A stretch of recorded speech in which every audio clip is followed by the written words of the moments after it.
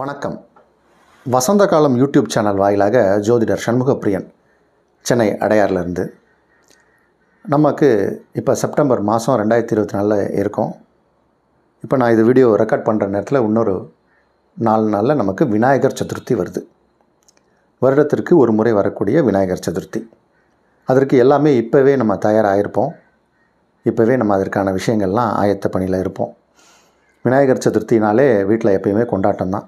நவராத்திரி, விநாயகர் சதுர்த்தி, தீபாவளி, பொங்கல், இந்த மாதிரியான இந்து பண்டிகைகள் விசேஷம். இந்த விநாயகர் சதுர்த்தி, நவராத்திரியெல்லாம் இந்தியா முழுவதும் கொண்டாடக்கூடிய ஒரு பண்டிகை. தீபாவளி இதெல்லாம். பொங்கல் அப்படிங்கிறது நமக்கு தெரியும், தமிழகத்தில் மட்டும்தான் கொண்டாடுவாங்க.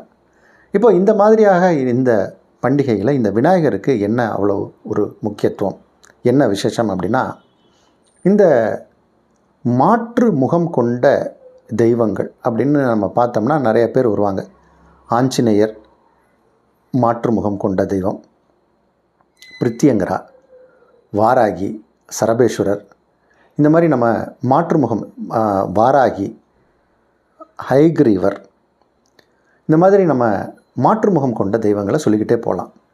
அதில் ரொம்ப பவர்ஃபுல் காட் யார் அப்படின்னா விநாயகர் தான். அதிமுக்கியமான கடவுள், முதற் கடவுள் அப்படின்னு சொல்லுவோம். நம்ம எந்த கோயிலுக்கு போனாலும் முதல்ல விநாயகரை தரிசிச்சுட்டு தான் மூலவரை போய் நம்ம பார்க்குறோம். வைஷ்ணவர்களும் தும்பிக்கை ஆழ்வார் அப்படின்ற அமைப்பில் கோயில்களில் விநாயகரை வச்சுருப்பாங்க. இந்த விநாயகரை நம்ம ஏன் கும்பிடணும் அப்படின்னா, விநாயகரை வணங்கிறது, அதாவது காணாபத்தியம் அப்படின்னே ஒரு முறையில் வணங்கிட்டு இருந்தாங்க. அதாவது பலவிதமான மதங்கள் இருந்து அதுக்கப்புறம் ஆதிசங்கரர் அதை ஷண்மதம்னு அதை சுருக்கினார்.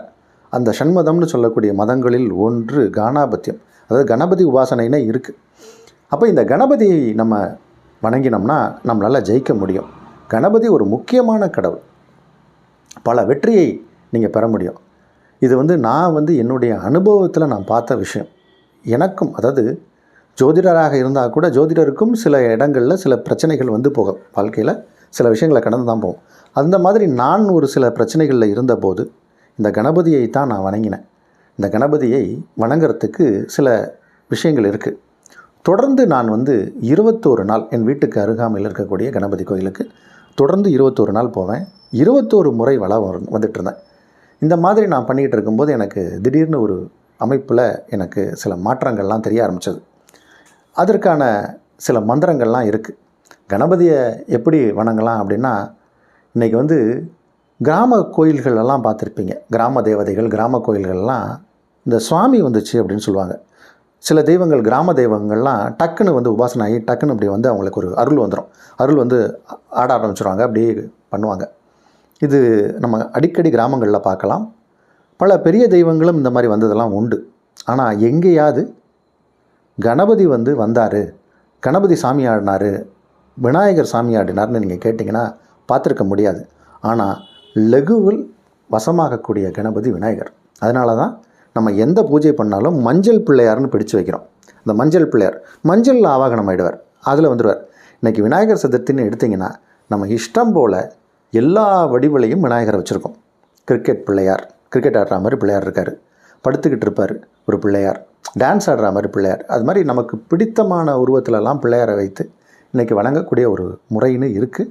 அது மாதிரி நமக்கு ரொம்ப லகுவாக வசமாகக்கூடிய கணபதி. அவருக்கான மூல மந்திரங்கள்லாம் ரொம்ப சிம்பிளாக இருக்கும். இந்த மெட்ராஸ் ஸ்லாங்கில் கம்முன்னு இரு அப்படிம்பாங்க. அந்த கம்மு தான் அவருடைய மூல மந்திரமே. ஓம் கம் கணபதையே நமக கம், அவ்வளோதான். கம்முன்னு இருந்தால் போதும். நம்ம கம்முன்னு இருந்தாலே போதும், அவர் நம்மகிட்ட வந்துடுவார். அது மாதிரி சுமுகாய நமக. ரொம்ப வாழ்க்கையில் எல்லா விஷயங்களும் சுமூகமாக நடக்கிறதுக்கு சுமுகாய நமகன்னு சொன்னாலே போதும்.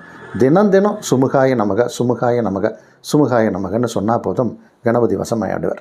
இந்த மாதிரி கணபதி ஏதாவது ரொம்ப பிரச்சனை இருக்கா, உங்கள் வீட்டுக்கு பக்கத்தில் இருக்கக்கூடிய விநாயகர் கோயிலுக்கு போய் ஒரு 21 நாள் 21 முறை தொடர்ந்து சுற்றிட்டு வாங்க.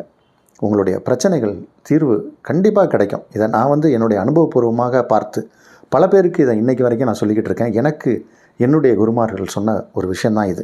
நான் மட்டும் இதை தனியாக தானாக எங்கேருந்தோ கண்டுபிடிச்சிட்டு வந்துலாம் சொல்லலை. எனக்கு என்னோடய குருமாதர்கள் சொன்னாங்க. நான் இதை செஞ்சுக்கிட்டு இருக்கேன், பல பேருக்கு சொல்லிக்கிட்டு இருக்கேன்.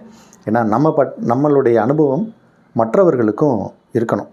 இதில் ஜாதகத்தில் வந்து இந்த கேது அப்படின்ற கிரகம் தான் விநாயகருக்கான ஒரு விஷயம். இந்த கேது எங்கே இருக்காரோ அந்த பாவம் வந்து விநாயகரை வைத்து நம்ம பலன் சொல்லலாம். சில பேருக்கு 9ஆம் இடத்துல கேது இருக்கும், அவர்களுக்கு ஆன்மீக ஞானம் நல்லா இருக்கும். 5ஆம் இடத்துல கேது இருக்கும், அதை குரு பார்க்கும், அவர்களுக்கு பூர்வ புண்ணிய ஸ்தானத்தில் கேது இருந்தால் என்ன, அவர்களுக்கு அதில் ஒரு பெரிய ஞானம் இருக்கும். அது மாதிரி இந்த கேது எந்த பாவத்தில் இருக்கோ அந்த பாவம் தொடர்புடைய ஊர்களுக்கு போய் அங்கே போய் நம்ம கும்பிடலாம். அதே மாதிரி 9 கிரகங்களுக்கும் ஒரு விநாயகர் அப்படின்னு இருக்கார். இப்போது நம்ம வந்து முருகனுக்கு அறுபடை வீடுகள் கேள்விப்பட்டிருக்கோம், கணபதிக்கு அறுபடை வீடுகள் இருக்குது.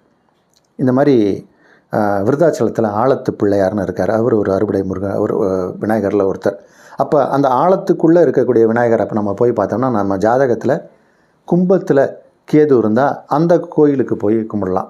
இப்போ இதே வந்து செந்தூர விநாயகர்னு இருக்கார், செந்தூரம் பூசின விநாயகர். இப்போ மேஷத்தில் உங்களுக்கு கேது இருக்குன்னா அந்த விநாயகரை போய் கும்பிடலாம். சிம்மத்தில் உங்களுக்கு வந்து கேது இருக்குன்னா அந்த கோயிலுக்கு போய் கும்பிடலாம். இது மாதிரி இருக்குது. சரி, எனக்கு அதெல்லாம் ஒன்றுமே தெரியலைங்க, 9 கிரகங்களுங்களை எனக்கு பிரச்சனையில் இருக்கான்னு கூட தெரியாது அப்படின்னா நவசக்தி விநாயகர்னு சென்னையில் மயிலாப்பூரில் லஸ்கானரில் இருக்கார். அந்த மாதிரி அந்த நவசக்தி கணபதியை வணங்கலாம். நவநிதி கணபதின்னு இருக்காங்க, வல்லப கணபதின்னு இருக்கார், அதே மாதிரி வித்யா கணபதின்னு இருக்காங்க. அது மாதிரி எல்லா விதமான பெயர்கள்லேயும் கணபதி இருக்காங்க. லக்ஷ்மி கணபதின்னு இருக்கார், நிதி கணபதி, லக்ஷ்மி கணபதி, ஸ்வர்ண கணபதி, இந்த மாதிரி பல கணபதி பேரில் இருக்காங்க. அந்த மாதிரி ஒவ்வொரு கணபதியாக தேடி கண்டுபிடிச்சி மாணிக்க விநாயகர்னு இருக்கார். இந்த மாதிரி ஒவ்வொரு கணபதியாக நீங்கள் தேடி கண்டுபிடிச்சி உங்கள் தேடல் அந்த கோயிலுக்கு போனால் இந்த தெய்வம் இந்த வடிவில் இருக்கார் அப்படின்னு.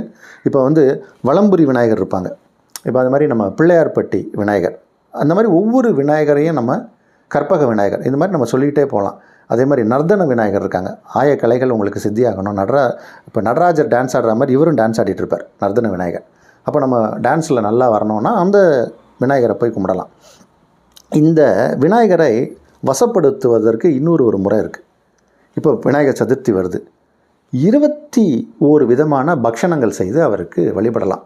உங்களுக்கு என்னென்னலாம் தெரியுமோ அந்த காலத்தில் வந்து தேன், திணை, அது மாதிரி கரும்பு, சர்க்கரை, வெல்லம், தேன், இது மாதிரிலாம் சொல்லுவாங்க. நமக்கு இப்போ உங்களுக்கு என்னென்னலாம் உங்களுக்கு கிடைக்குதோ, அது பொருட்களாக இருக்கலாம், வடிவமாக இருக்கலாம், மலர்களாக இருக்கலாம், 21 பொருட்களை சேகரித்து அன்றைய தினம் அவருக்கு வைத்து வணங்குங்க.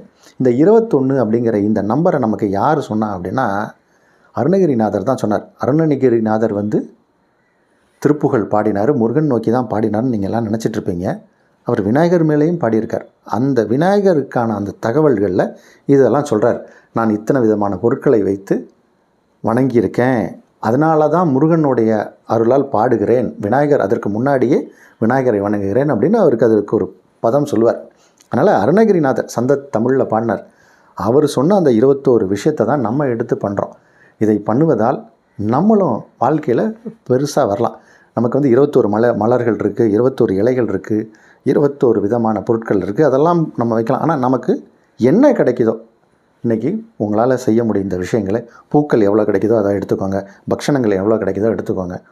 அது மாதிரி 21 பொருட்களை வைத்து அவருக்கு நைவேத்தியம் செய்து இந்த விநாயகர் சதுர்த்தியை அனைவரும் கொண்டாடி அந்த பரிபூர்ண விநாயகரின் அருளை கிடைக்கணும் அப்படின்னு நானும் விநாயகரை பிரார்த்திக்கிறேன்.